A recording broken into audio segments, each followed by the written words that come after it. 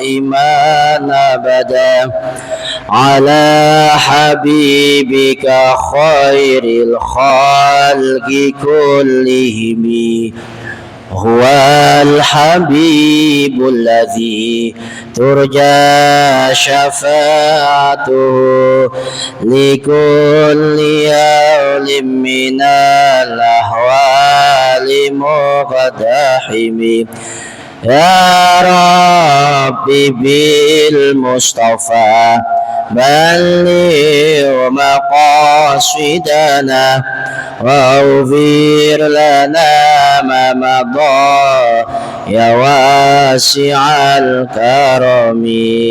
Assalamualaikum warahmatullahi wabarakatuh.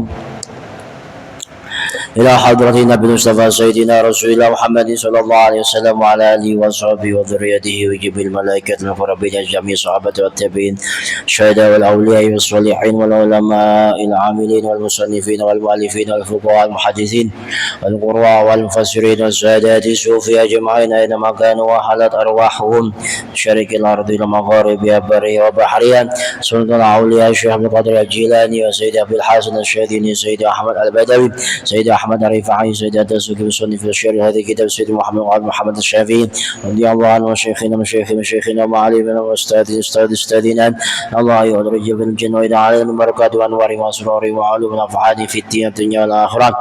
الفاتحة.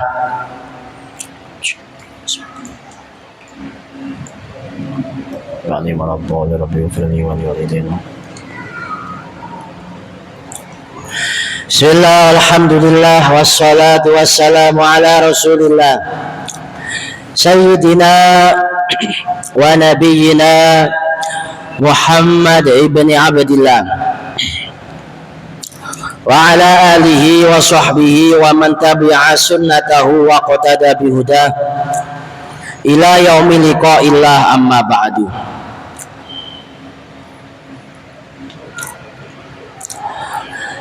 Kemarin diterangkan bahwa yang diwajibkan, yang disyariatkan kepada umat Nabi Muhammad sallallahu alaihi wasallam ini adalah as-siyam. Itu pun khitabnya hanya kepada orang-orang yang beriman, yang artinya hanya orang yang berimanlah yang kemudian mereka itu akan mampu melaksanakan syariat yang berupa as-siyam. Dan syariat yang berupa puasa ini itu bukan hanya diwajibkan, difardukan kepada umat Nabi Muhammad SAW saja, tapi juga mengena kepada umat-umat sebelumnya. Diceritakan di dalam satu kitab Tafsir Khazin disebutkan bahwa awalnya diwajibkan kepada Bani Israel ini puasa saat bulan Ramadan. Jadi memang diwajibkan puasa ya Ramadan juga sama, 1 bulan penuh. Tapi kemudian karena saat bulan Ramadan ini lagi rame-ramenya ikan di laut, sehingga orang-orang Bani Israel yang kebanyakan profesinya adalah nelayan, mereka lebih memilih untuk melaut daripada berpuasa. Sehingga ya udahlah kita melaut, kalau tetap puasa kita nggak akan kuat, ya udah kita nggak akan puasa. Lewat bulan Ramadan, bulan Syawal pun juga masih musim-musimnya banyak ikan. Sehingga orang Bani Israel masih tetap mereka ini melaut. Jadi lebih memilih untuk tetap melaut daripada bertahan untuk berpuasa. Selanjutnya saat bulan Dzulqa'dah tiba, mereka merasa perlu untuk nuruti perintah Allah yang berupa puasa tersebut di dalam bulan Dzulqa'dah ini, sehingga mereka orang-orang Bani Israel mengganti yang awalnya diwajibkan puasa Ramadan diganti 1 bulan penuh saat bulan Dzulqa'dah. Karena ini timbulnya dari rasa bersalah, yang aslinya kan diwajibkannya puasa kan bulan Ramadan, mereka kemudian melebih atau menggantinya dengan bulan lain, sehingga bulan Ramadan tidak berpuasa diganti di bulan lain, yaitu bulan Dzulqa'dah. Karena saya atau kita merasa bersalah, kita lebihkan 10 hari saja sebagai bukti bahwa kita ini i'tikad baik. Sehingga orang Bani Israel awalnya puasa bulan Dzulqa'dah 1 bulan penuh ditambah 10 hari di awal bulan Dzulhijjah, sehingga Dzulqa'dah 1 bulan, tanggal 1 Dzulhijjah sampai tanggal 9 Dzulhijjah, yaitu hari Arafah, mereka berpuasa. Nah, saat tanggal 10 Dzulhijjah, mereka sebagaimana tradisinya, mereka menyembelih kurban. Jadi menyembelih kurban ini mulai zaman dulu, mulai zamannya Nabi Ibrahim, dan diteruskan oleh orang-orang Bani Israel. Ya. Selanjutnya di tahun-tahun berikutnya, ternyata bukan hanya Ramadan dan Syawal musim panennya itu bertambah lagi, separuh Ramadan, Syawal 1 bulan penuh masa banyak ikan di laut, kemudian Dzulqa'dah juga banyak ikan. Wah, ini sekarang musim ikan di laut merambah bulan Dzulqa'dah ini. Bagaimana? Ya udah, kita ganti bulan Dzulhijjahnya saja. Akhirnya mereka orang Bani Israel ini puasa tanggal 1 bulan Dzulhijjah, tanggal 10 mereka nggak puasa, teruskan lagi sampai tanggal 30 Dzulhijjah mereka tetap berpuasa. 1 bulan Dzulhijjah 1 bulan penuh berpuasa.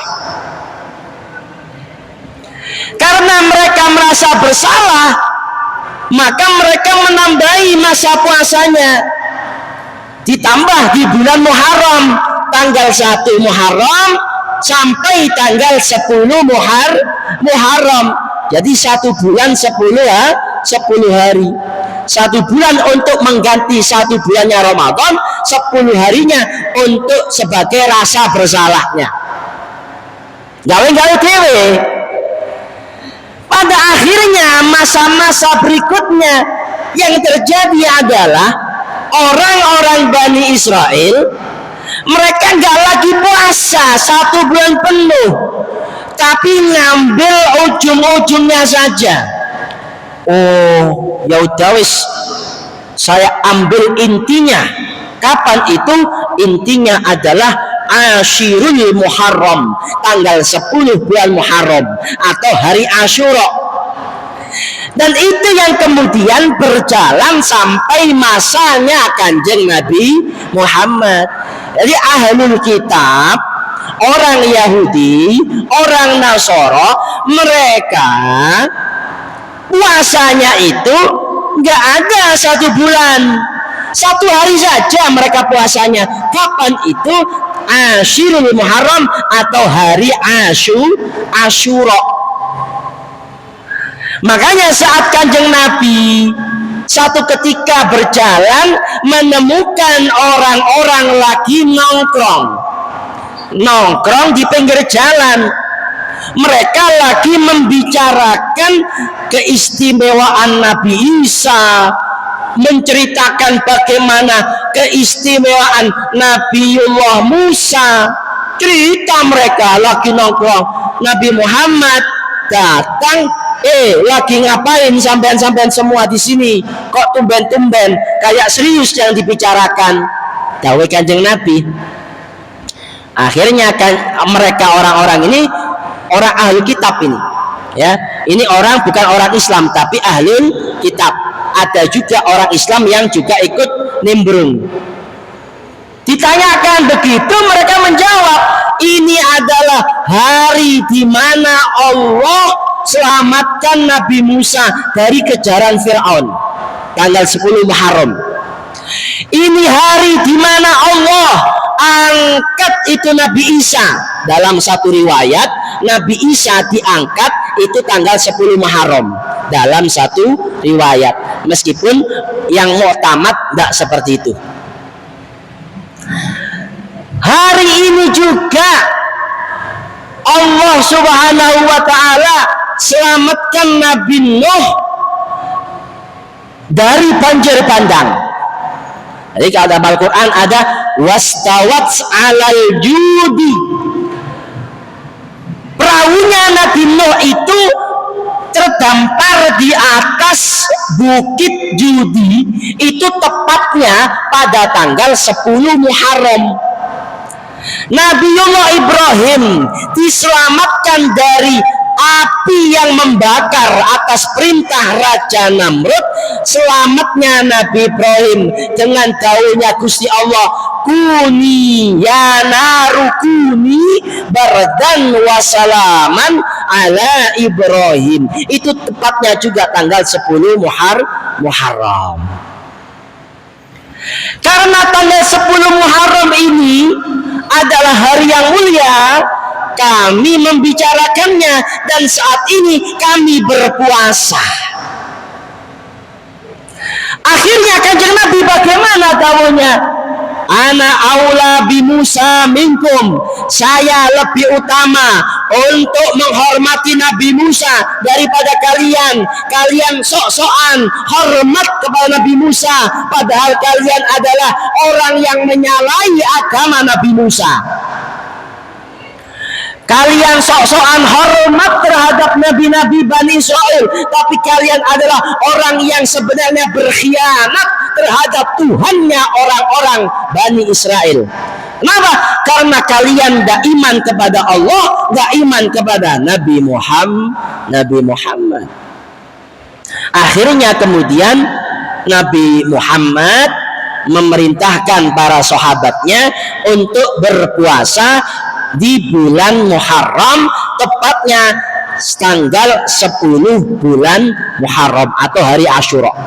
Itu saat Nabi pertama kali datang atau tahun pertama hijrah di kota Madinah. Setelah itu ya, jadi Nabi puasa Muharram itu.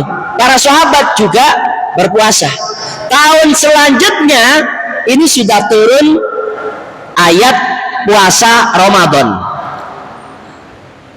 Saat ayat puasa atau kewajiban puasa ini turun, berbarengan juga dengan turunnya ayat yang mengizinkan Nabi Muhammad dan para sahabatnya berperang melawan orang-orang musyrikin. Jadi pada bulan Sya'ban itu turun ayat puasa. Pada bulan Sya'ban tahun kedua Hijriah itu juga turun ayat perang, sehingga Nabi Muhammad akhirnya menyusun strategi untuk bagaimana sekiranya bisa berperang meskipun dalam kondisi puasa. Tanggal 1 Ramadan puasa, 2 sampai tanggal 17 Ramadan dijanjikan pada tanggal 17 Ramadan akhirnya terjadi yang namanya perang pertama kali, yaitu perang Badar. Saat itu para sahabat dan Kanjeng Nabi banyak yang puasa. Tapi ini enaknya, pada saat awal-awal diwajibkan puasa, ini boleh tidak puasa asalkan dia membayar fidyah. Allah Subhanahu wa taala dawuh dalam Al-Qur'an, wa 'alal ladzina yutiqunahu fidyatun ta'amu miskin. orang yang mampu untuk puasa tapi dia nggak mau puasa, nggak apa-apa. Artinya apa? Saat puasa pertama kali diwajibkan, itu nggak langsung semuanya wajib gitu. Secara keseluruhan wajib enggak. Kata Kanjeng Nabi, yang mau puasa monggo, yang nggak puasa bayar fidyah. Tapi kalau memang nggak mampu untuk berpuasa, ya jangan puasa, bayar fidyah saja. Tapi kata Kanjeng Nabi dalam Al-Quran, wa antasumu, kata Allah, wa antasumu khairul lakum. Puasa tetap lebih baik. Ya banyak yang puasa, cuman ada juga yang nggak puasa. Itu berjalan selama kurang lebih 2 kali Ramadan. Ramadan pertama, Ramadan kedua, sampai ayat faman syahida minkumus syahra falyasumhu.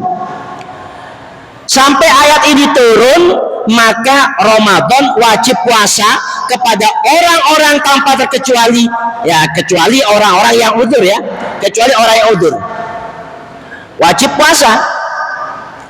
Oh saya mau berfidyah saja saya, tapi kamu mampu puasa, gak ada udzur, gak boleh.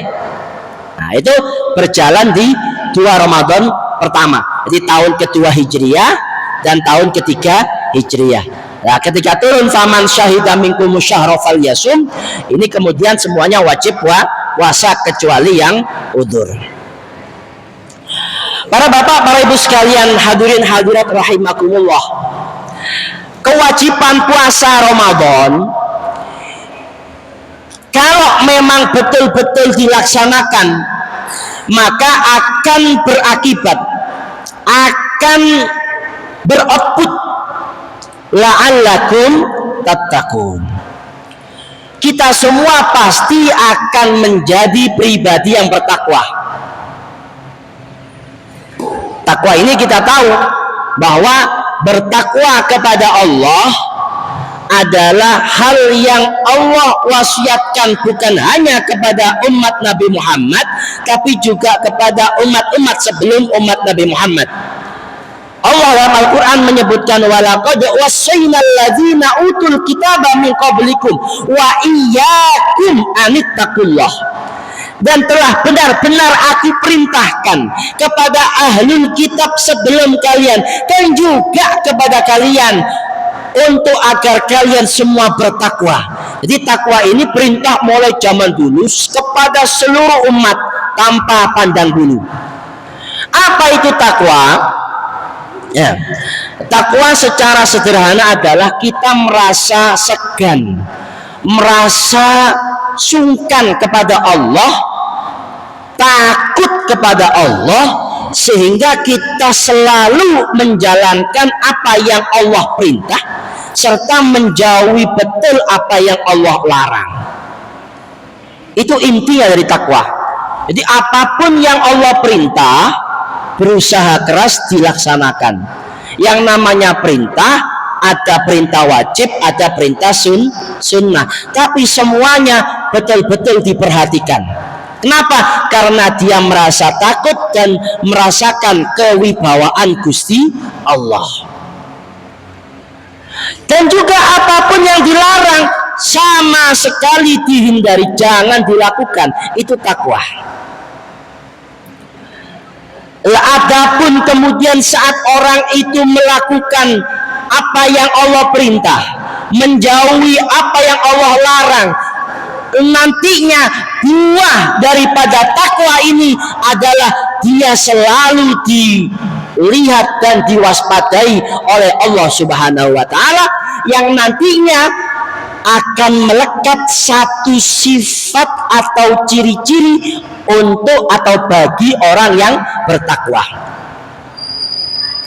Bagaimana ciri-cirinya orang yang bertakwa? Yang pertama, dawai Allah Subhanahu wa taala, wasari'u ila maghfiratin mir rabbikum wa jannatin arduhas samawati wal ardh uiddat lil muttaqin. Yang pertama adalah alladzina yunfikuna fis sarra'i wad dharra.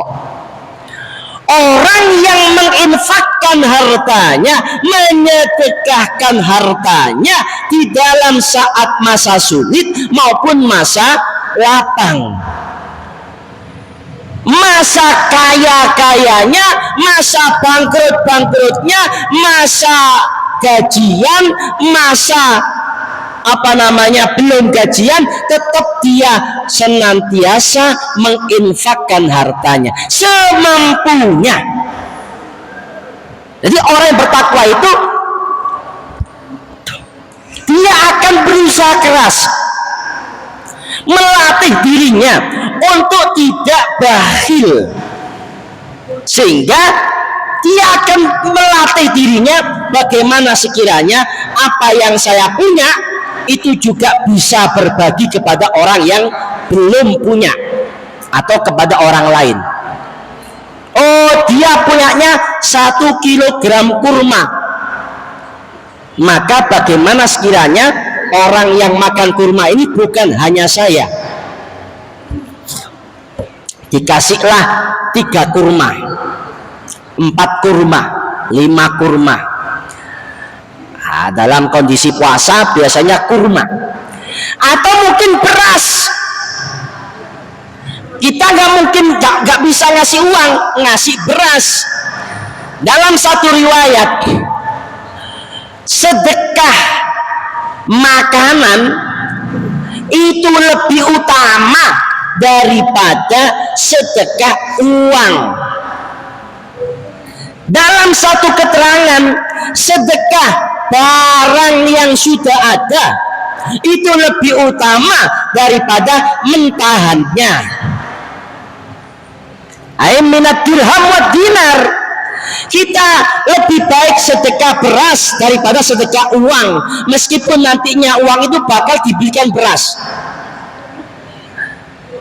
Lebih baik sedekah berasnya saja, lebih baik sedekah makanan jadinya saja. Karena nasnya dalam hadis itu adalah it'amul ja'i'. Ya. Jadi memberikan sebagian hartanya untuk orang yang lapar. Orang yang lapar dikasih uang, ya gak bisa makan. Dikasih makanan baru dia bisa makan. Kalau kita ngasih uang, dia masih bingung nyari warung untuk makan. Nah, itu. Jadi makanya orang yang sedekah makanan itu lebih afdal kata para ulama. Bahkan ada satu riwayat, ya, Syekh Sultan Aulia, Syekh Abdul Qadir Al-Jilani itu pernah berpidato sangat-sangat singkat, sangat-sangat singkat. Jadi khutbah Jumat ini. Khutbah Jumat. Saat khutbah Jumat ini singkat sekali.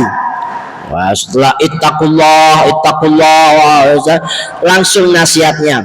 Hai orang Islam sekalian, ketahuilah memberi makan kepada orang yang lapar itu lebih utama daripada kalian membangun masjid, daripada kalian membangun istana, daripada kalian bersedekah sekian miliar, lebih baik dari apapun, dari ibadah selama ribuan tahun. Intinya apa?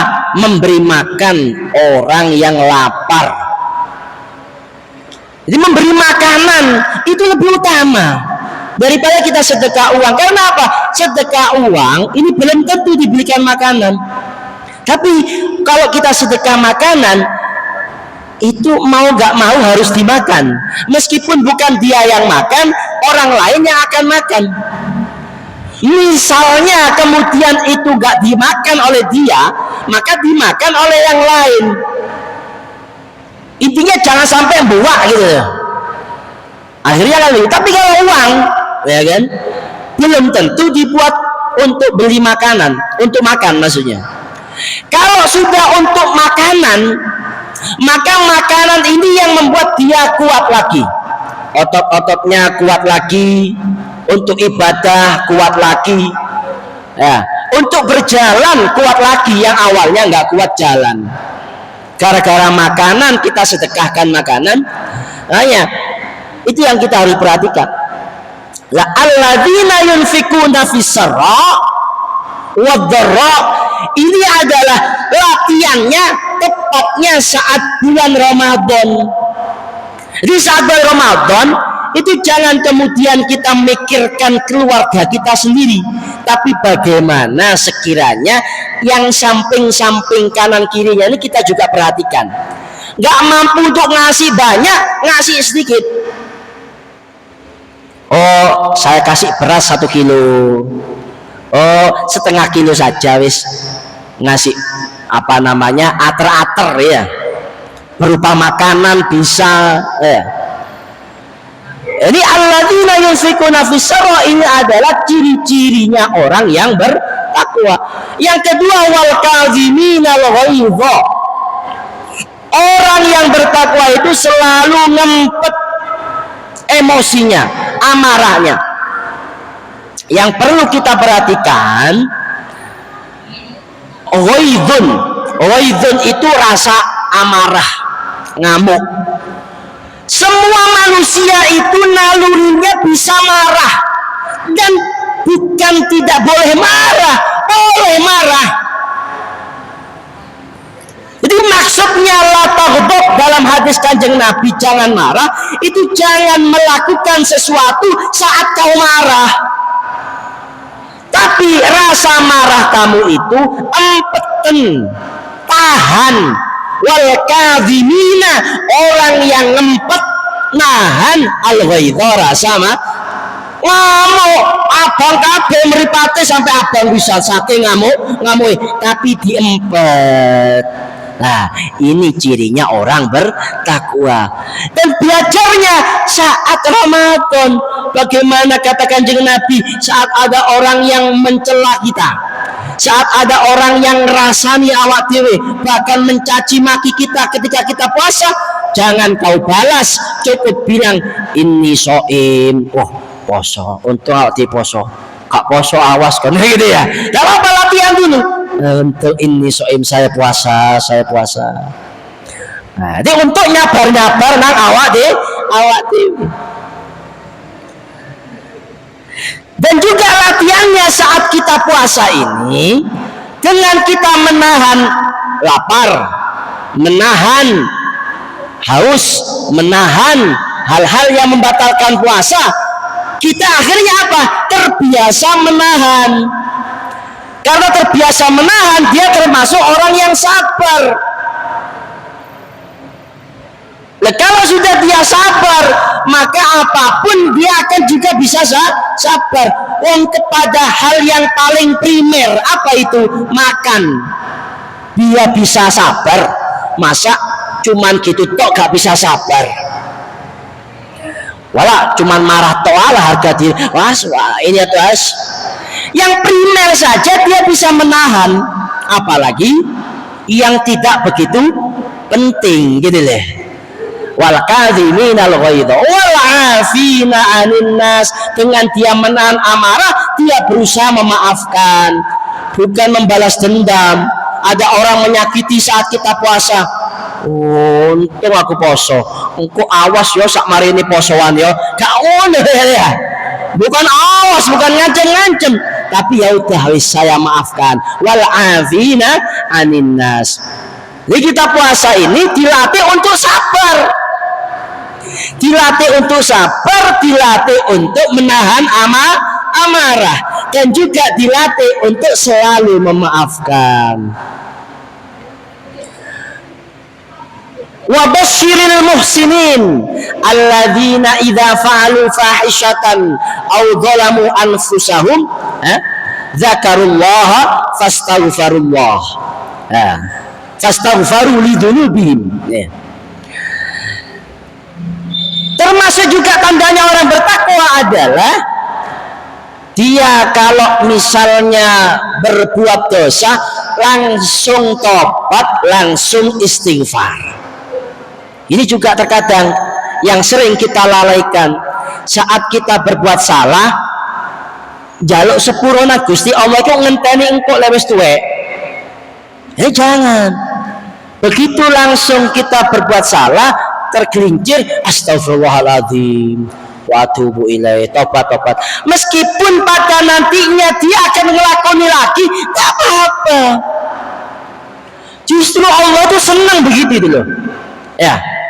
Kalau kita ada orang ya lah salah lah nyala ke kita, lah nyala, mari lah nyala jaluk sepuro, lah nyala mana jaluk sepuro, lah nyala mana kakek janget nenget kakek ya marah kita. Loh, kalau Gusti Allah nggak begitu. Kalau Gusti Allah kita bersalah minta ampun tobat ngelakoni mana dienteni tobate. Oh, kok salah mana? Oh, kapan tobat yo gitu ya. Jadi Allah itu merindukan kalimat tobat yang muncul daripada hambanya. Rindu, kangen lah ya. Jadi awak dewe gak tahu istighfar, gak tahu njaluk sepuro nang Gusti Allah, gak tahu tobat nang Gusti Allah. Allah itu kangen nang sampean. Lho kangen lho ya.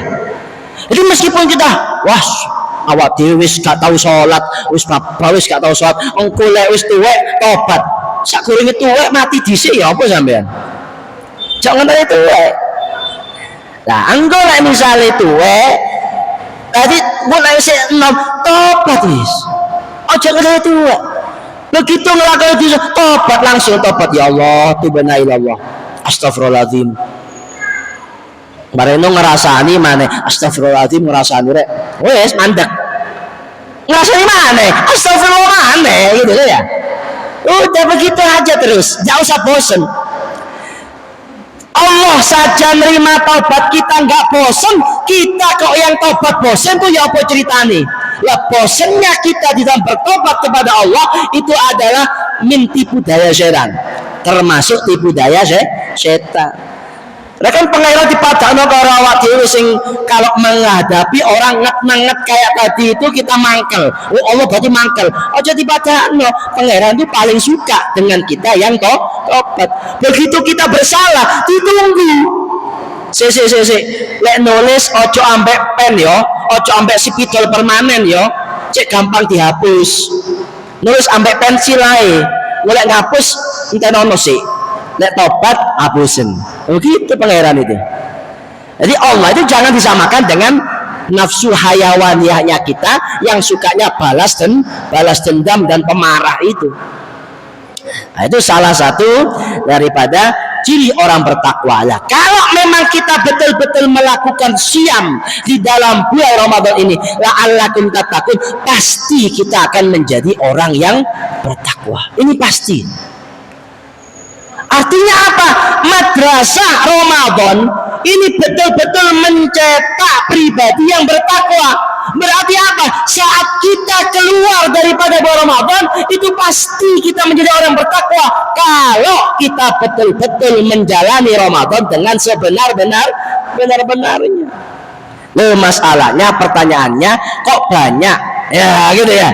Kok banyak orang yang gak takwa setelah Ramadan? Nah ini introspeksi, kira-kira cara apa yang salah? Jangan-jangan Ramadan bukan untuk menambah kebaikan, malah dia menambah kemaksiatan. Jangan-jangan begitu. Jangan-jangan saat Ramadan ada puasanya yang gak sah, tapi dia gak sadar. Kenapa? Karena dia gak tahu hukumnya. Aslinya gak sah, tapi awak dhewe berhubung gak roh hukume, ya gak nyadar kalau itu gak sah, sehingga kita berdosa besar tapi gak merasa dosa. Nah ini insya Allah besok kita bahas tentang hukum-hukumnya. Wallahu a'lam bishawab. Al-Fatihah.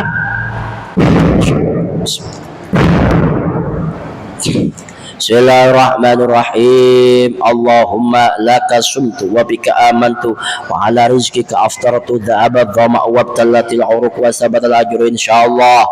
Alhamdulillahilladzi anana fasumna wa razaqana fa aftarna.